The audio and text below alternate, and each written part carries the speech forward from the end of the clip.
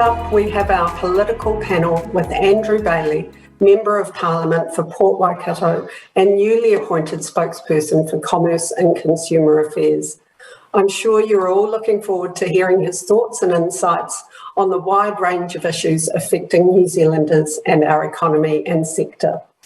Joining Andrew is Richard Klipin for a fireside chat, and a big thank you as well to BoardPro for sponsoring our third political keynote session. I'll hand over now to Richard to introduce Andrew and get things underway. Kia ora, thank you, Yvonne, and very warm welcome back to our last of our political discussions over the last couple of days. We've been delighted to have Minister Grant Robertson yesterday and Minister Clark yesterday, and Andrew, a very warm welcome to you. Noting that, of course, the world of politics has moved fairly swiftly in the last week, and really delighted that you could join us for this discussion in your new portfolio. Andrew, perhaps as a first up, wonder whether you wanted to make any opening comments and perhaps reflect on the week that was to kick off. Hey, well, thank you, Richard. Yes, it's been a fast-moving world, as you know.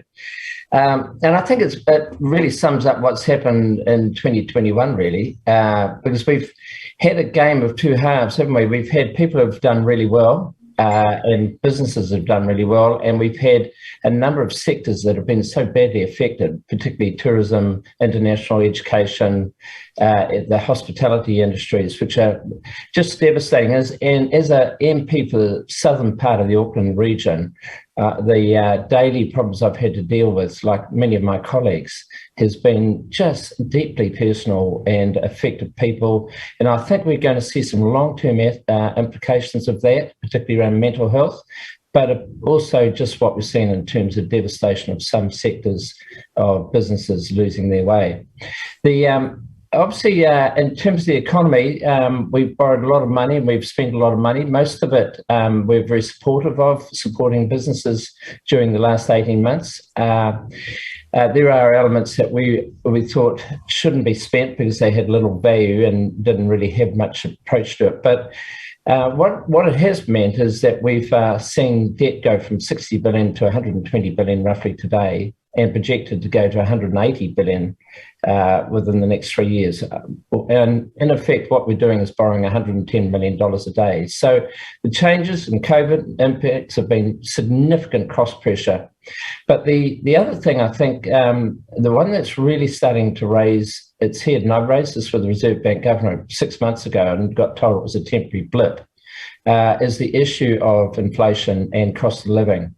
And a lot of it can be contributed to supply chain factors, but not all of it, actually. Labour shortages are really paramount. My personal view is if you thought 2021 was bad for labour shortages, 2022 is going to be even worse. And for three reasons. First of all, we've got 160,000 immigrants here that are very annoyed that they haven't been able to get permanent residency. And even though they've been promised, unlikely to get that residency quickly. Second thing, we've got Australian and Canadian companies in here very aggressively recruiting. And thirdly, we've trashed our reputation as a place to come to. So my biggest thing, and I've been saying this to business owners for a long time, biggest issue, biggest focus, retain talent, what you've got, because it's going to be increasingly difficult to get new talent. The other thing is the production manufacturing issues that have happened in New Zealand. And people, if you take the building construction sector, which is doing well, but 70 to 80% of all products used in a house are imported. And the last thing is the rising interest rates, which is going to be driven by the Reserve Bank. And that ultimately all adds up to pretty ugly scenario for people, particularly those on fixed income, where they're going to see their rapid rising in costs. So big focus going forward, how we improve productivity, how we do better infrastructure. We're very poor at delivering infrastructure. And I think just allowing businesses to get on and actually succeed, because they're the key drivers of any economy.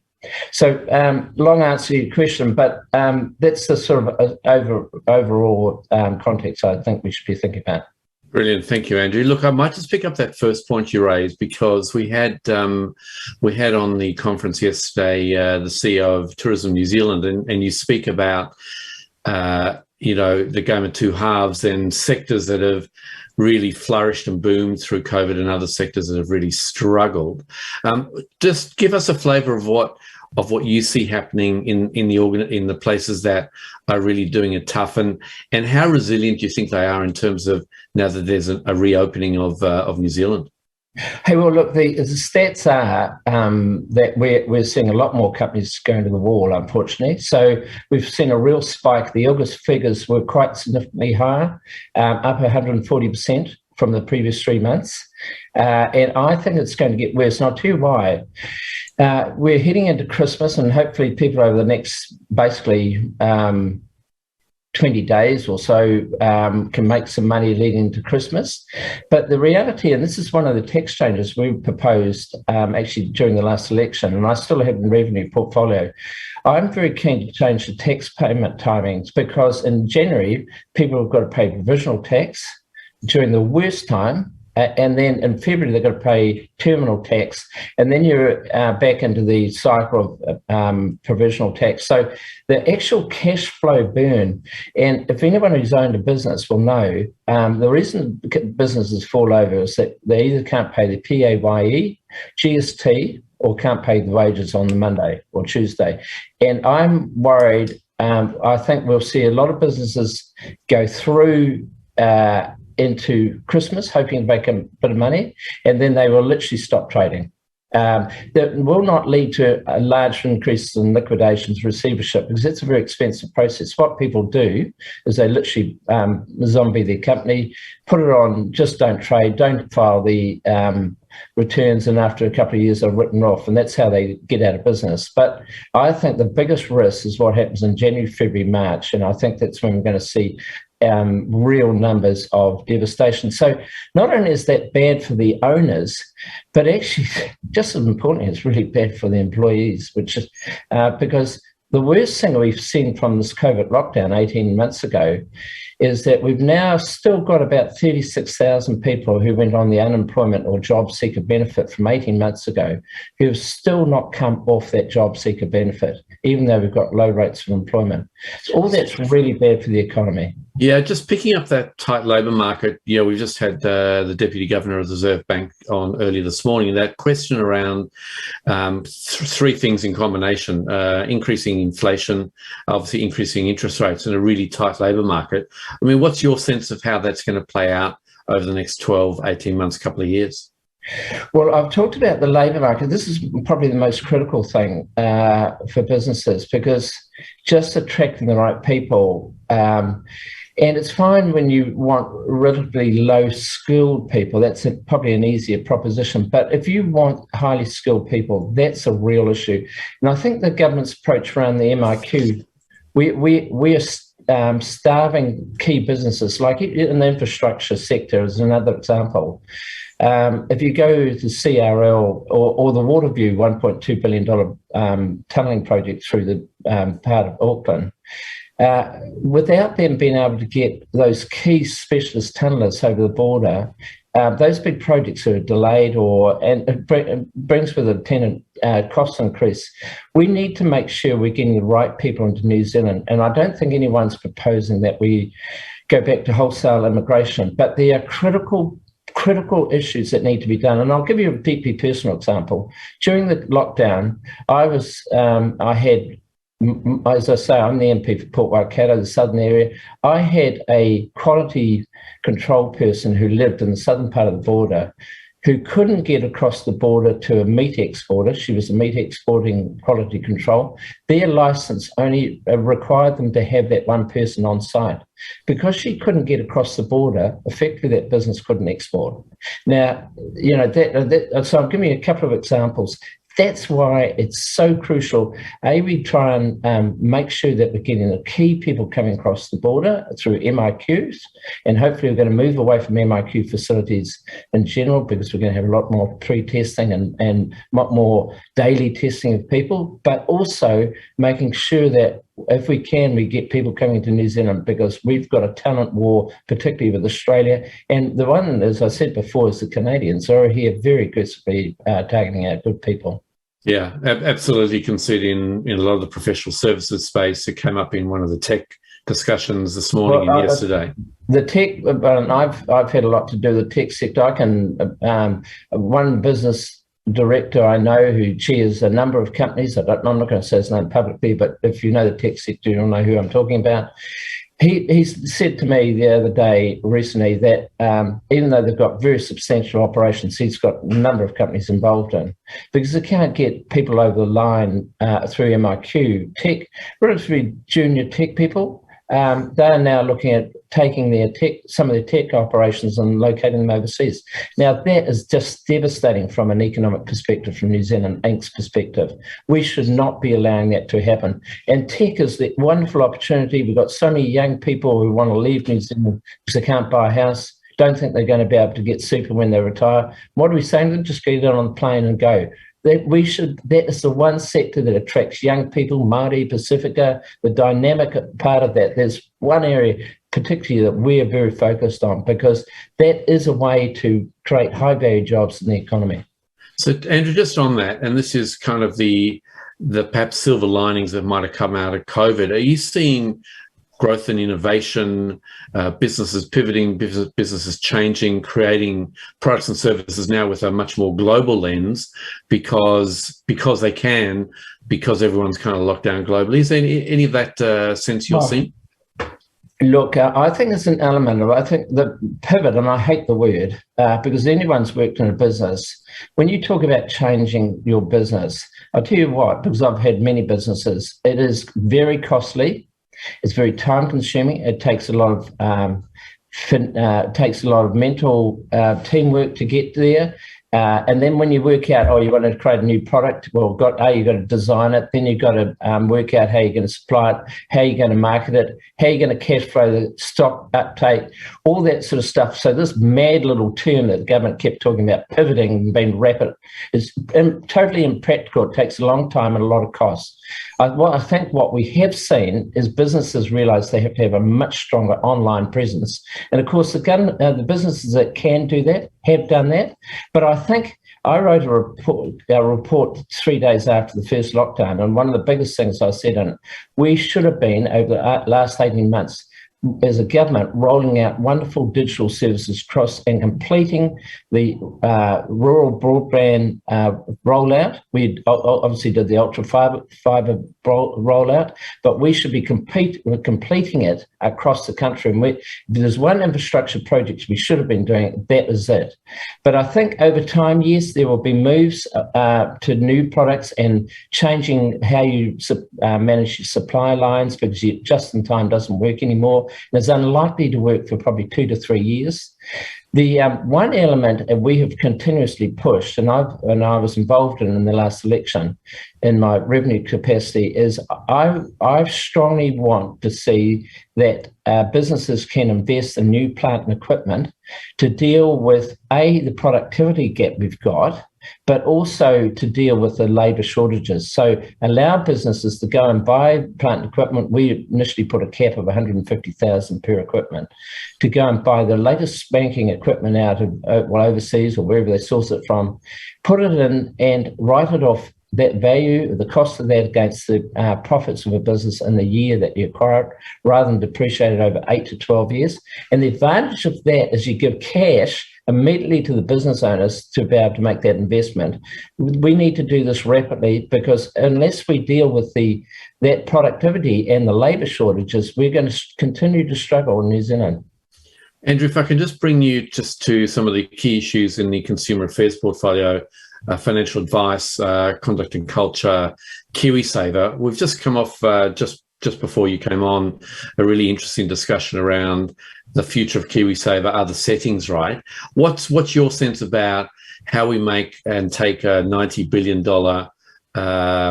Kiwisaver portfolio and grow it so that New Zealanders kind of have the dignity of retirement that they deserve? What are your plans for the sector in that regard? Yeah, look, right, so I thought it was 82 billion in Kiwisaver, but let's not deal with figures. But look, it's absolutely essential that... It's been a very strong quarter of growth. Is it? Right, yeah. Okay. So 90 billion is fantastic. So the big issue I've got is the average balance of a Kiwisaver, the last time I looked at, was about 27,000. Yeah, that's right. Which is appalling, absolutely appalling. Second thing is the issue of younger people not taking the option to enrol. So one of the questions I just came in, we've got 1.88 million people who are in Kiwisaver but not actively contributing out of 3.1 million members. I think, from a country's perspective, we need to make sure that people do enrol at an early age into Kiwisaver. Obviously, there's a government scheme, the $521 incentive, but I think the huge issue is that we've got young people when they go to get their first job, and I've had to deal with many of them at a personal level, given the option, if they want to join, then the employer will say to them that they'll have to pay it out of their own salary or wages. And of course, many choose not to do that. And so they start to get on a swing where they're not even involved in the Kiwisaver. They don't see any active increase in it. And of course, we all know the time value of money of investing in long term. So I think big issues, getting first time or early people enrolled in Kiwisaver. The second thing is clearly the 2% rate is low by international standards, and it would be much more desirable to have a much higher contribution, and what the role of government in that is a big issue. And I think the other aspect I'm very keen for is I'm also want to remove any of the so-called perceived legislative constraints for Kiwisavers providers and to invest in great New Zealand companies. So I think too much of our money is actually invested in passive investments. We've got some fantastic New Zealand companies. We've had Australian private equity companies here for decades. I was involved in this before I became a politician. I think there's a much greater role for Kiwisaver companies, not to, within their portfolios, a small element of it, but to be investing in New Zealand companies, because I think that's another way of improving the capital markets. And I think what we're talking about here certainly changes Kiwisaver, but actually it's a much wider capital markets context of this conversation we should be having, how we actually grow and support businesses and people, grow innovation in New Zealand and really drive the economic outcomes of New Zealand. So Kiwisaver is absolutely a key, crucial part of that. Fantastic. Well, look, we've got time for two last questions. My second last question is one around financial advice. A lot of the research in the last panel evidenced that when people get quality advice, they feel more confident, they make better decisions. It's not just the money stuff talking, it's all of the well-being and having a plan and being on track. Well, what's your sense of the outlook for the financial advice sector, and how important is it to make sure that that's a strong and robust sector to better serve New Zealand consumers? Well, first of all, I was a chair of a financial planning company for a number of years before I became a politician, so I have seen it sort of firsthand. Look, I think big high-level stuff, we've got to make sure that advice is done provided in an ethical manner, and that it is appropriate. So I think, that's an absolute certain. But I think there's also a balance side of it. What worries me is you get to the stage where advisors don't advise because they're so constrained. So because what we're trying to do is get better outcomes and what that means is better performance over time. Is a key driver around that. So ethical, cultural changes, fully support them, but we need professional advisors to be able to go and do that. What we don't want to do is get to a situation where only if you're a very so-called sophisticated investor, which means you've got a lot of money, that you get access to some much more tailored advice. I'm keen that all investors do have access to good advice if they so wish it. Many won't, because they don't understand it. But if there is the option, that should be available. And that's not saying for a moment that current advisors don't do that. But I just think there's always a balancing aspect between being culturally and ethically correct and doing the right process, and on the other side, actually delivering real outcomes that make a difference to people's lives. Because you talk, I mean, implicit in your answer is that and your earlier answer is that notion of literacy. You know, how do 16 and 17-year-old kids start their first job and not make the Kiwisaver decision? It almost feels like there's a reframe. You know, you talk about time value of money, which, you know, is a complex idea, but one that is so simple. And that's something that really we should be teaching our kids, right? That should be part of our overall literacy system. Yeah, and I'll tell you what, have you ever looked at every commerce briefing note that would be in it, that we should be talking about, teaching our kids more about financial literacy? I don't know why it's not happening. It should be happening. I've seen it. Even, you know, this is a role of business owners. I used to employ about 150 people. You know, a lot of the stuff when people came to me for money is teach them what was going on, what it meant for them. And I think that we've got to make sure our schools are doing it, but also in the workplace that we're actually doing the right thing. But yeah, you're right. For some reason, people just don't understand that, we're not taught it, don't have exposed to it, and actually just in some cases don't want to go there. And of course, that's why we've seen too much money going into the housing market. We've just got a predominant amount of investment. So our capital markets are so constrained. So we do need to get it right. And look, I'm sure, you know, David Clark would have said the same thing. He's going to improve financial literacy. We'll do the same thing, but it's a perennial issue that never really seems to have been resolved adequately.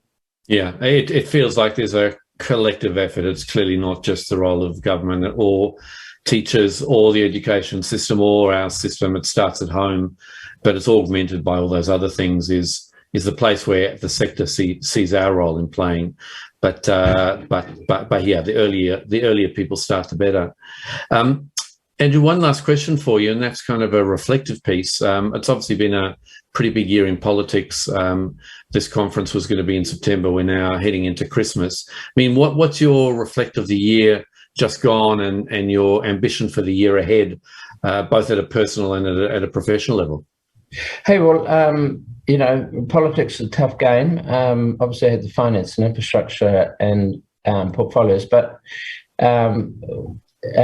that's what happens in politics and change occur. I'm fully supportive of what's gone on, and you know, you've just got to roll with the punches in politics. So I've got much broader portfolios than you talked about. I've actually picked up a lot of the older portfolios I've had previously. So I've got small business, commerce, building construction, tax, and one other which I can't remember for the moment. But I've got quite a swag of business-related portfolios, which I'm very keen to do and actually make sure that we get the right outcomes. I see them actually as quite a group of how we support businesses. And if you think about New Zealand businesses, made 90% of businesses, or 96% employ 19 or fewer people. So if we get them right and support them the way they should, then that's how we're going to get out of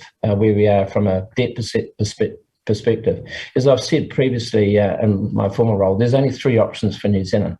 Either we tax people more, and personally I don't think we can tax or make significant changes in the tax system that's going to deal with the $180 billion debt hole we're going to have. We can cut the budget, and certainly there's elements of wasteful spending, but you can't really chop the budget too much because a lot of the expenditure is locked in. The only way New Zealand's going to return to the level of wealth is by supporting businesses, and that means improving productivity and allowing them to get on with their lives. And because if they do that, they employ more people. That's how you create value in the economy, and of course it flows through to everyone and means higher living standards for every New Zealander, and ultimately means you can afford more hospitals and roads and stuff. So I'll be doing my bit to support all that. I'm very keen to do that, and I've got a big enough role to keep doing all that sort of stuff. Brilliant. Well, look, we totally appreciate you coming in to join us as we did with Todd McClay as well. It's been great to chat to you today. And yeah, look, I completely appreciate the breadth and depth of your portfolio. There are a lot of SMEs on the other end of the line today, as well as a lot of large businesses. And obviously within your consumer commerce, consumer affairs piece is a very clear focus for the financial services sector, and we look forward to continuing our productive and fruitful relationship, and I hope to do that in person into the new year. I'm going to, at this point, say thank you once again and hand you back to Yvonne to continue the show, and perhaps more formally thank you, but thanks for taking the time this morning. Many thanks, Andrew Bailey. Thank you, Richard. Really appreciate that. Yes, thank you, Andrew, for your very engaging discussion, and of course to Richard for facilitating it so expertly. We're really so lucky to have you both discuss and debate the key issues from National's perspective, particularly given this busy time for the party under your new leadership. I'm sure that many in our audience will agree wholeheartedly with your comments on the big issue of retaining the great talent in our businesses and the challenge for the retail sector with the prospect of rising interest rates. We did also appreciate your comments in relation to addressing some of the Kiwisaver settings to encourage broader take-up. So once again, thank you, Andrew Bailey and Richard Klipin, for such an engaging session, and of course to Board Pro for your sponsorship.